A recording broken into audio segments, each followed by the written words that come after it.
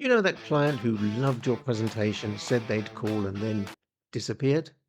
They didn't vanish because your offer was wrong. You started to slip from their mind the moment the meeting ended. In the next few minutes, I'll show you exactly why that happens and how to stop it.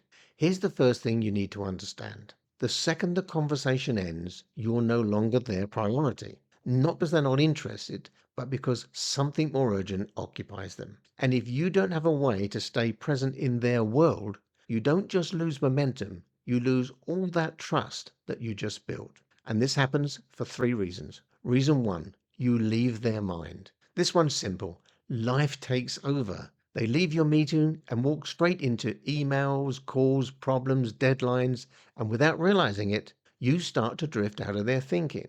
Not because they're not interested, but because you're no longer present. And there's another problem. You do the same thing back. New clients show up, new priorities take over, and you tell yourself, how interested can they really be if they haven't responded? Reason two, trust doesn't hold. Once trust is created, it doesn't stay where you left it. It leaks away in small, silent drops. As Kevin Plank said, trust is built in drops and lost in buckets. And the problem is, most people stop pouring the drops. They start strong, asking questions, show interest, but over time the tone changes, the warmth fades, and without realizing it, you go from trusted partner to just another supplier. And when that happens, the clients don't push back, they just move on. Reason three, this gap kills deals. This is where deals are lost, not at the decision, but in the gap. Here's what it looks like.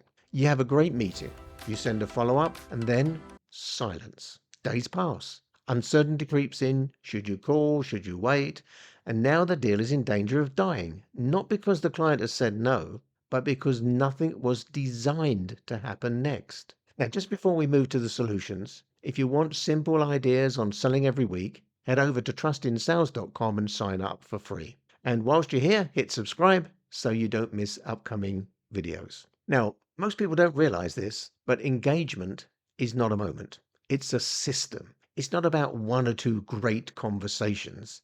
It's about what happens after those conversations, showing up at the right time with the right message in a way that quietly says, this person still cares. Because every follow up either builds trust or erodes it. This is why the best businesses use systems. Systems don't forget. They don't rely on memory or motivation or how they feel that day. They make sure every client experiences the same, consistent, thoughtful, trust building contact. As Michael Gerber said, systems allow ordinary people to achieve extraordinary results. And Sir Clive Woodward put it perfectly. Great teams don't rise to the occasion, they fall to the level of their systems. In sales, consistency beats intensity every time because trust isn't built in big moments. It's built or lost in the small ones. Forgetting a name, delaying a response, not following through, making them chase you. Each one seems small, but together they form a pattern your client remembers. And this is where automation comes in. Not to replace relationships, but to protect them. It keeps you visible without being pushy. It delivers the right message at the right time, and it frees you to focus on real conversations. In one of my businesses, our automated follow-up system alone generated £70,000 initial fees each year and over £360,000 in potential lifetime value. Revenue we would never have seen without it. Now, a lot of people miss this. Trust isn't logical, it's emotional. And once someone feels it, they expect it to continue. So if your first meeting feels human, but your follow-up is generic, random, or worse, non-existent, you break the connection. The best people don't just follow up, they maintain how they made you feel. Here's my take on sales follow-up. Sales aren't necessarily lost because you did something wrong.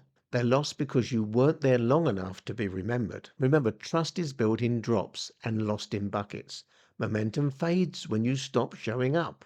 But when you have a system, you stay present. And when their buying moment comes, whether that's in weeks or months, you're the one they think of. In the next episode, I'll introduce you to a concept that has helped me double my closing rate, understanding the real reason people buy. So hit subscribe so you don't miss it. and head over to trustinsales.com to sign up to receive free sales tips to your inbox every week.